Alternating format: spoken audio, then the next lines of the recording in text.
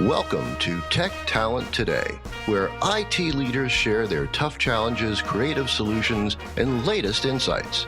You'll discover fresh ideas and inspiration here with your host, IT staffing veteran and president of Claremont Technologies, Jody Kulik-Mayer. And now, here's Jody. Everyone's talking about AI, but beyond the hype, what's really happening on the ground in the enterprise? How can companies avoid costly mistakes, and what skills do tech professionals truly need to thrive? Today, we're incredibly fortunate to speak with Sunitha Ray, Chief Digital Evangelist, a true force in digital and supply chain transformation, enterprise architecture, and AI ML, with leadership experience at global giants like Walmart Labs and Shopify. Sunitha builds smarter, faster, and more profitable businesses through digital transformation, having delivered over 2 decades of large-scale global programs, including launching AI-powered analytics platforms. We'll cut through the noise and get real-world insights on navigating AI from someone who's actually implemented it at scale. If you're grappling with AI strategy, concerned about its impact on your career, or just want practical advice on where to focus, this conversation is for you.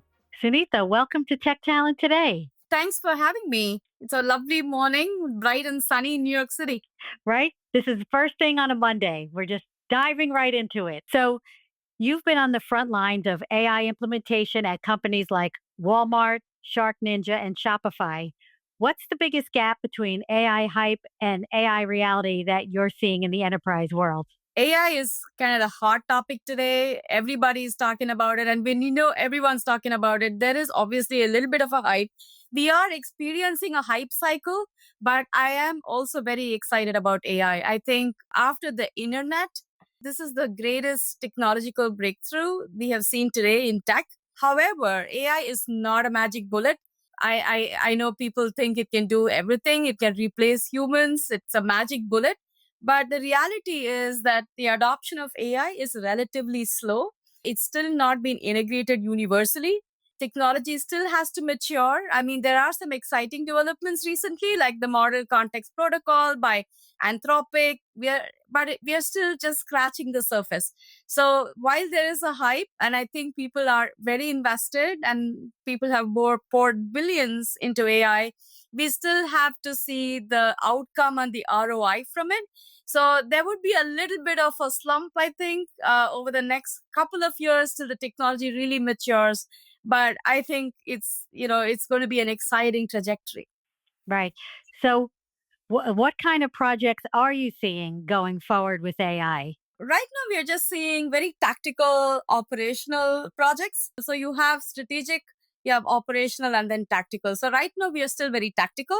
We are still forming the initial large language models, foundational models, agentic AI. And agentic AI is nothing but automation on steroids, right? So you're using your databases, your vector databases, your foundational models, and building automation for, say, chatbots, which is the most common thing I'm seeing these days, demand forecasting, supply forecasting, planning, process automation, like legal tech, like going through swaths of documentation and, synthesizing it and summarizing, marketing, content creation, which is all Gen AI.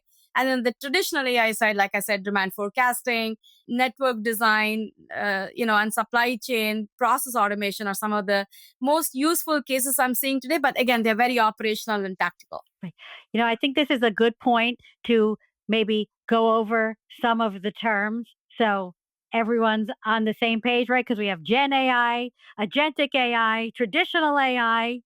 So you mentioned that agentic is automated AI. Just fill us in. When you ask this, Jody, I'm reminded of the 6 blind men and the elephant. So there were 6 blind men and they touch different parts of the elephant and they think the elephant's like a rope, the elephant's like a ball, the elephant's like a trunk of a tree. But in actuality, it's all of this. I come from a very traditional data science, AI, Python coding background. So for me, what I've seen in AI over the past decades, and I've been, actually building AI platforms for the past 10 years, is traditional AI, which is also called predictive AI or enterprise AI.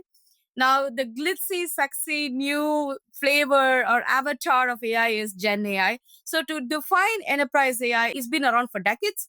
It's about structured, labeled data which can classify, cluster with predefined rules and algorithms, and it can do certain tasks with supervised learning. Not to go into technology too much, but it's about predictive, descriptive, analytical outcomes. You can focus on existing business processes, automating tasks, and then optimizing, say, total cost or total revenue or total profitability, and then you can make data driven decisions. So that's your typical AI that I've been working on for years. Now, Gen AI is really what the name means. It's about generating new content, and it can be multimodal. So it can be text, it can be images, videos, songs, poems. You can write fiction. So what it does is you're feeding it swaths of data that it can learn over a period of time. And the more data you feed it, the more it learns, and it can produce better outcomes. So as we know, data is a very finite resource. So now I'm seeing a lot of companies come up with federated data, created data, so that it can keep feeding those models. So like your self-driving cars is an example, or creating videos. There are also movies that can be made with just AI. So it goes on to other questions that can be raised, but it is very exciting. Right. So why do you think everyone's talking about it all of a sudden, since even it's been around for a while? That's a great question. I think with traditional and enterprise AI, you needed to have that advanced skill set. You needed to have the technical capability of coding, of designing your products or systems, and it needed a certain level of expertise. But I think Gen AI, like your Chat GPT or your Copilot, has needed no coding skills. It's really democratized AI. So any layperson can, without knowing coding or technological skills, can apply AI, and that's the beauty of it. Right. So I guess everyday people can use AI, which I think also maybe is driving the fear that it's going to take people's jobs. Yeah, I think so. And I absolutely don't think it will. I know that recently Bill Gates has made some comments that there are going to be jobs that are lost. People may probably work 2 days a week instead of, 5 days a week, because AI might be automating a lot of processes. Frankly, I think it's going to change the way we live today. If you imagine the era of the internet, how we used to live before the internet, you go to Penn Station, go buy a ticket, get on a train. Now you just need to figure out what's the cheapest way to travel, book it online, check in online, so that your life is going to change dramatically. But that doesn't mean that all the jobs that are lost today, people are not going to work anymore. They just have to reskill, upskill, and move on to the next paradigm, which would be, in the era of AI. So while there are a few jobs that might not exist, and that's the same in agriculture, or the agricultural industrial revolution, or the internet revolution. So there might be some jobs that are going to go away, but I don't think it's going to render most of us jobless. Well, that's a good thing. So, what are some of the skills you think people need to work on to stay relevant? Great question. I think a lot of creativity, jobs with emotional intelligence, leadership, also programmers and technology skill set, product engineers, they are going to always stay, because end of the day, you need to have domain expertise to actually code future models and AI products. So I've heard people say doctors are going to go away. That's not going to be the case.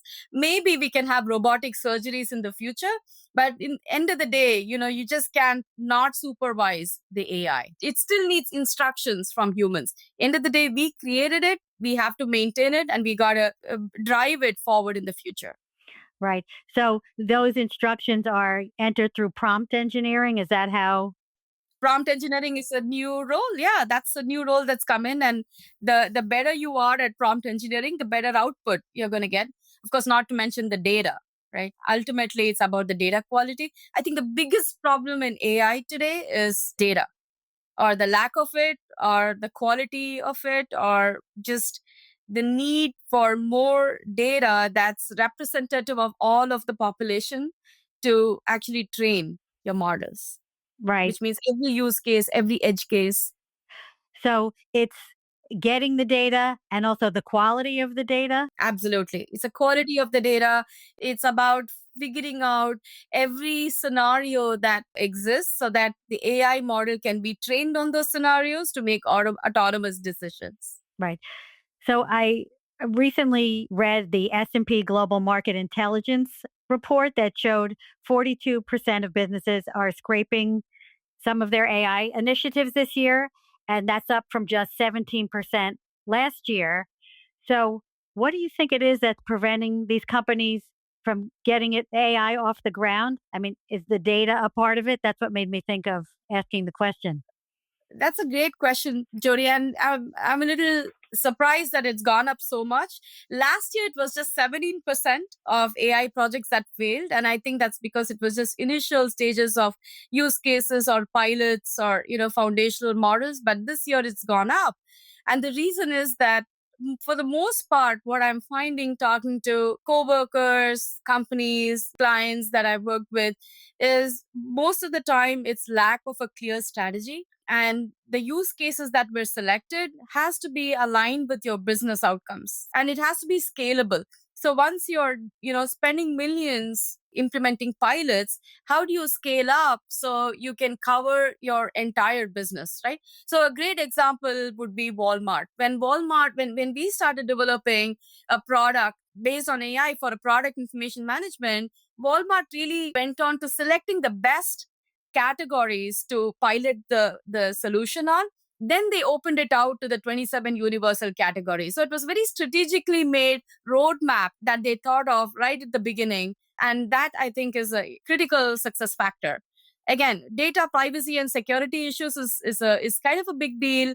With enterprise and traditional AI, it's got these security guardrails, but with Gen AI, I think we have a little bit ways to go to secure the data guardrails, to clarify the ROI, set up new metrics, and then focus more on processes first rather than just throw technology at it.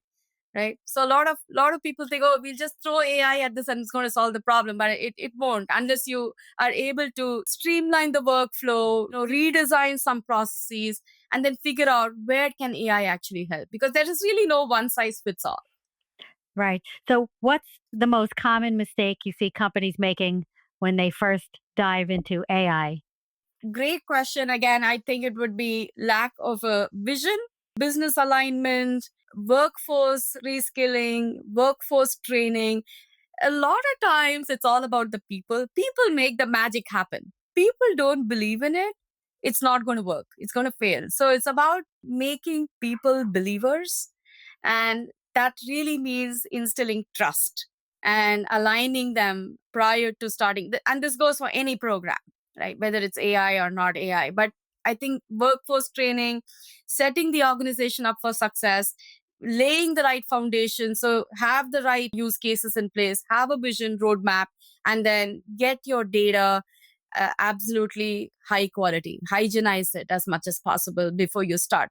And usually the first few projects are really the key. That's the key to success. You want your first few projects to be a raging success. Right. Do you have any examples of like a first project that really worked for a company? Yeah, I mean, Shopify is a great example of using AI to really personalize content. And that's been pretty recent, very proud of it. It's just great to see use cases coming together like that. Right. Because what are the AI trends that you're most excited about? I can't even tell you how excited I am.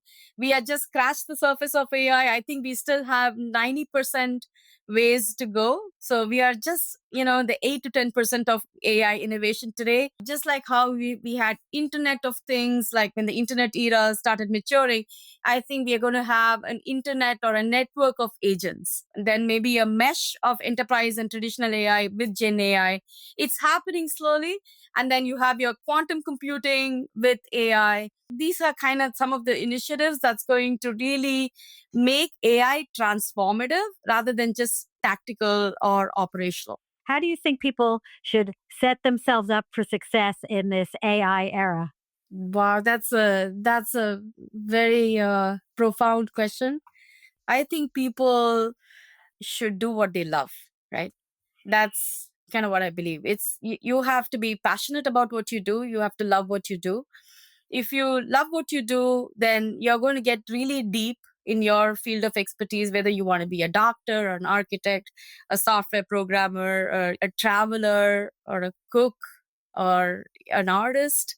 The era of AI has really flattened the earth to some extent. It has made every domain, every career path capable of immense success.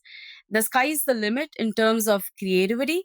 So I think the creative, emotional leadership perspectives of yourself needs to come to the fore. So that means you have to really dive deep, be your authentic self, right? Think of what you really want to do and then start diving deep into that, and then success will follow. I wouldn't be worried or I wouldn't be nervous about AI taking over my jobs as long as I'm good at what I do and I believe in it and I love it. That's the path to success. Right. And AI is just a tool to assist you on that path.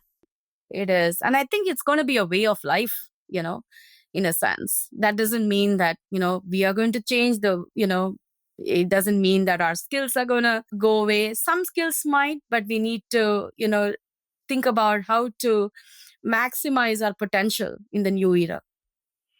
Well, that's a great way to leave it off.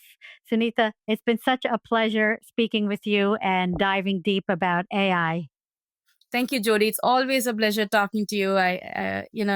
We have interesting conversations. So it's been an absolute honor to be on your podcast. Thanks for having me and have a great rest of the week. Thanks for listening to Tech Talent Today, brought to you by Clearmont Technologies IT Staffing and Search. You can find out more at clearmonttech.com. If you enjoyed the show, please subscribe and share. See you next time.